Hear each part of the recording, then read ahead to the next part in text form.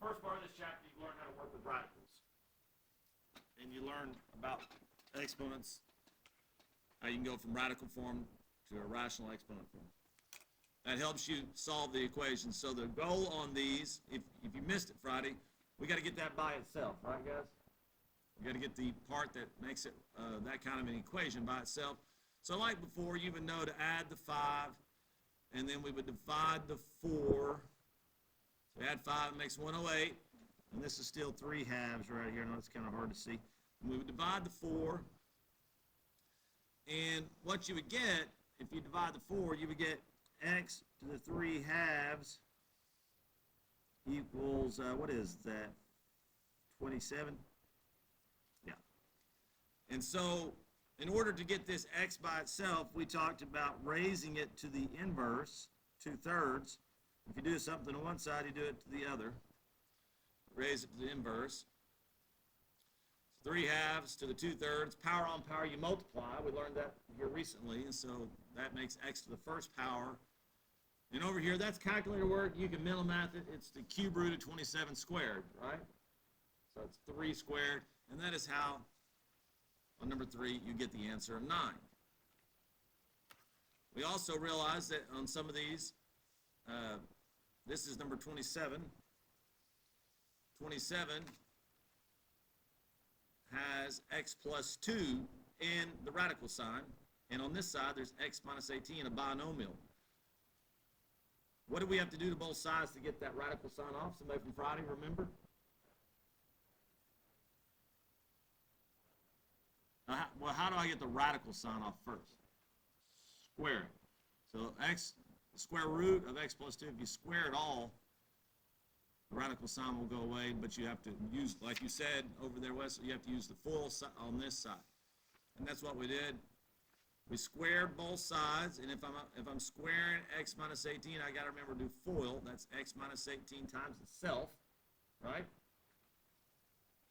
And over here, the radical sign goes away, and you have the x plus 2. Over here, you would get x squared minus 18x. Minus 18x was negative 36x, and I guess 18 times 18 was 324.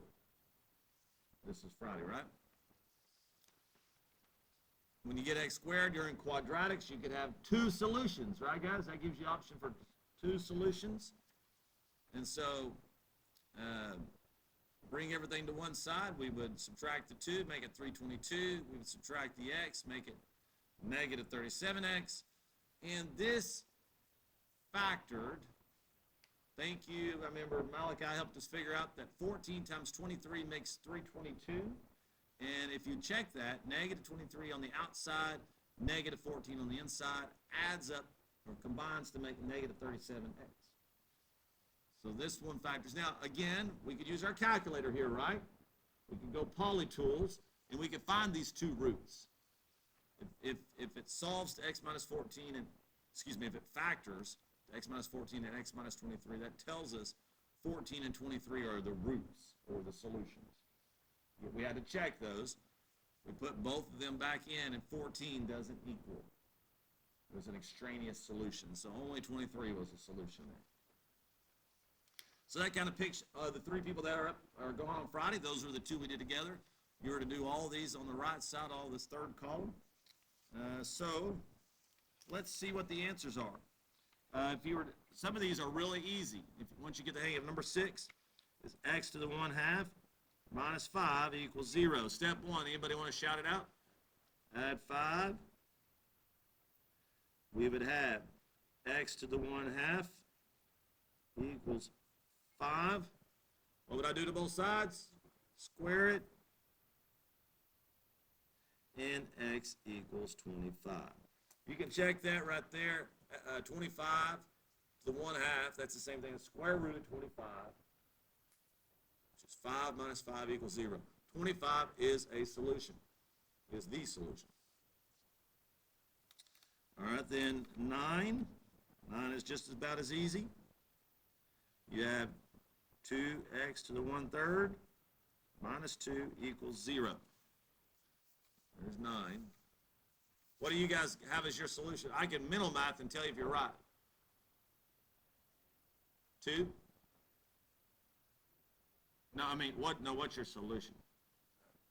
Is it 8? No, it ain't 8. 1. 1, yeah. That would make sense. The cube root of 1 is 1. 2 times 1 is 1. 2 times 1 is 2. 2 minus 2 is 0. So, yeah, 1 is probably a solution here. But like you're saying, we could add the 2. 2x to the 1/3 equals 2. Divide the 2. X to the 1/3 equals 1. If you cube it, x still equals 1. So 1 definitely is the solution. Good job.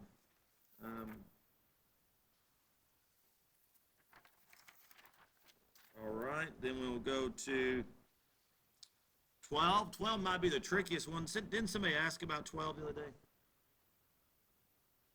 Maybe it was in the afternoon. 12 might be the trickiest one, even though it doesn't look like a lot. So we have the square root of x plus 6 equals x. What do I do first? The 6. So square root of x would equal x minus 6, correct? What would I do next? Square both sides. X would equal x squared minus 12x plus 36. Y'all agree? Subtract the x.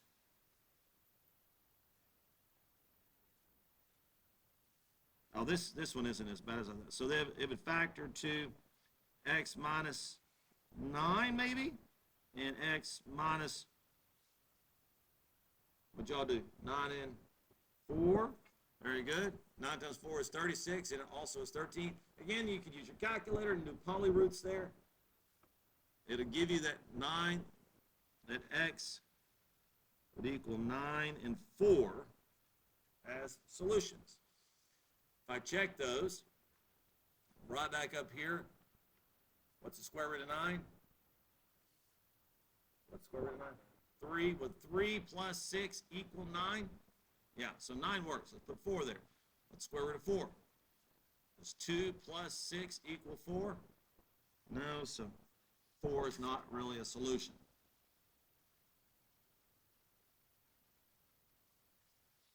That was not the really tricky one.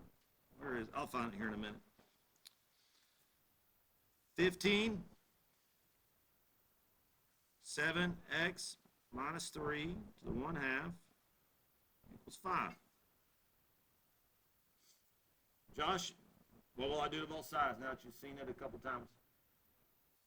Yep, if we square that 1/2 squared, power on power, you multiply, that becomes the first power. This would be squared, so you'd end up with 7x minus 3 equals 25. So 7x is what? 28. X is 4.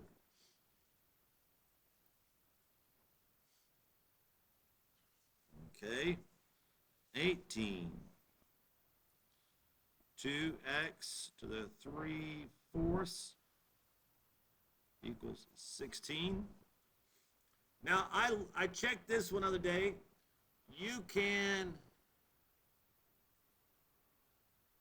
do this a couple different ways. You could raise this whole side. The easiest way is going to divide the 2 off before you raise it to the 4/3. If you try to do this whole side to the 4/3, it's way more challenging. So if you divide the 2 off to start, you would have x to the 3/4 equals 8. Then raise it to the 4/3.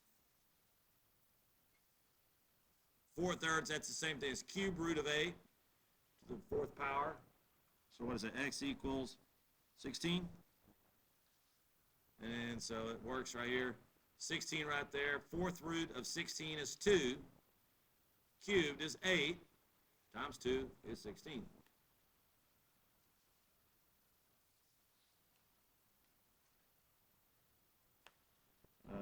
Okay. Y'all having fun yet? 21, we're getting close. 5 roots of x plus 2 equals 12.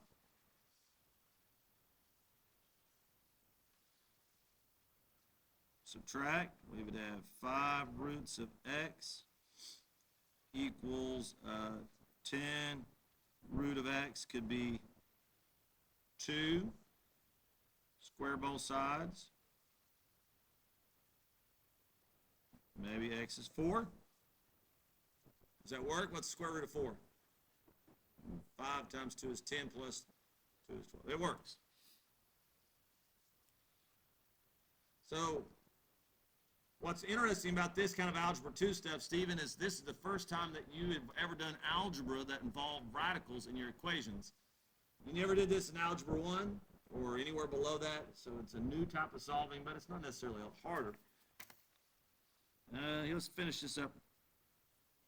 24 square root of x plus 1. This is one we did already, right? 24 was in our notes. Yeah. No, it was 27. Sorry. So yeah, we need to do 24. 27 is the one we did already. And x plus 1. Square both sides. To get rid of that, we would have an x plus 1 equals, oh, this is the interesting one. I remember this now. This would be x squared plus what? Anybody? What is x plus 1 squared? Give me x squared plus 2x, thank you, plus 1. That's it, foiled. First, outer, inner, last, you got to have all that. And then when you subtract this over, 0 would equal x squared, subtract 1x, so you'd end up with just 1x there, and subtract the 1, it would go away. So we're left with this binomial. This one looks a little different. It's not a trinomial that we factor, it's a binomial we'll factor. Put a note to yourself. Right here, you would take out a GCF. If you did, then great. You can still use polytools on your calculator, just like anywhere else. You would have your coefficient of 1, a coefficient of 1, and you just don't have a constant. Polytools will still give it to you. What do you guys get as the two possible solutions here? Anybody have two possible solutions? 0, -1? Let's see. So how would that happen? What could I take out of x squared and x? What is the GCF? It's common. X is common to both. I can factor an x out of each term, leaving an x plus 1. X squared divided by x is x, and x divided by x is just 1. You see that GCF out of there? Logan, did you get that? And so this x solves to 0. If you set x equal to 0, there it is. X plus 1 set equal to 0 gives you -1. So yeah, 0, -1 are your options. Are they both answers? Or is one of them extraneous? Are they really? If you put 0 in there, 0, forget the square. 0 plus 1 is 1. 0 plus 1 is 1, and the square root of 1 is 1. So 0 works. -1 in there. -1 plus 1 is 0. -1 plus 1 is 0. So they both answer. They both work. Hey, we got two answers. Stephen, I write some of this down, okay, since you were gone today, and you write things down. 27 we already did. Let's get to 30. Cube root of 2x minus 4 equals -2. So if it's a cube root, I need to raise everything to the third power. We'd have 2x minus 4 equals -8. 2x would equal -4. If you add the 4 across, then x would equal -2.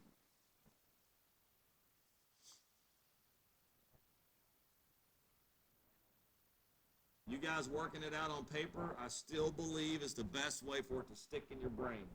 I even have a student in this class says that the way they study for a test is working it out, writing it down on a whiteboard or something.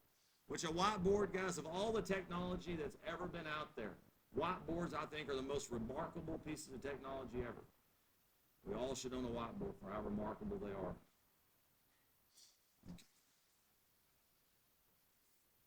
33.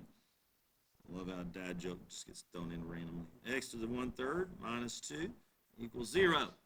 Solve these. I know the instructions at the bottom will look different for you guys that were gone. Solve these just the same. X to the 1/3 could equal 2.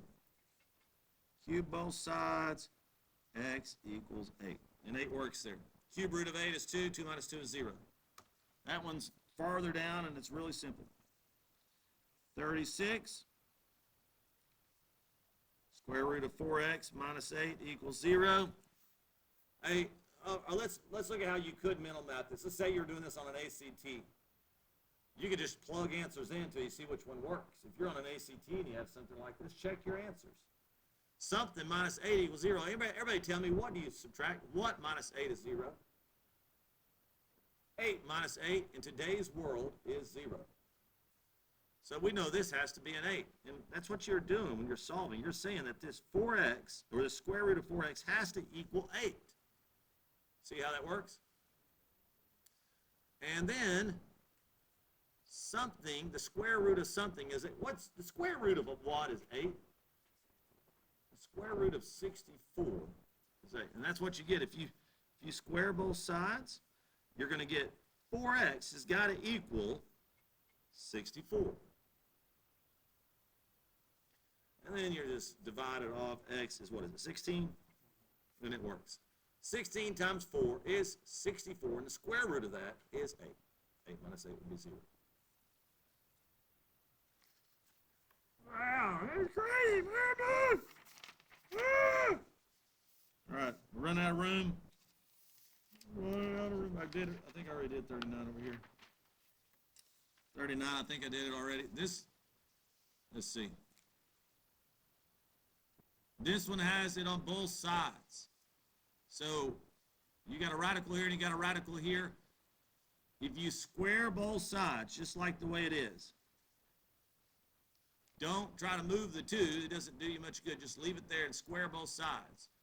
You would have 4x and x plus 6 equals. And then I subtracted this x over. 3x would equal 6. X equals 2. Let's check that. 2 plus 6 is, or 6 plus 2 is 8. The square root of 8 over here and over here will become also the square root of 8. They do equal. That's 39, and then 42. 42. 42. I thought I did it. I'm sorry. I haven't done it. Let's pretend like I wasn't just talking to myself, okay? Let's all pretend that. 42. I'll just write it right here. Cube root of x minus 2 equals 4. Somebody tell me what to do. What did I do to both sides? Cube it. X minus 2 would equal 64. Is that correct? X equals 66. There are the answers to Chapter 7, Lesson 5.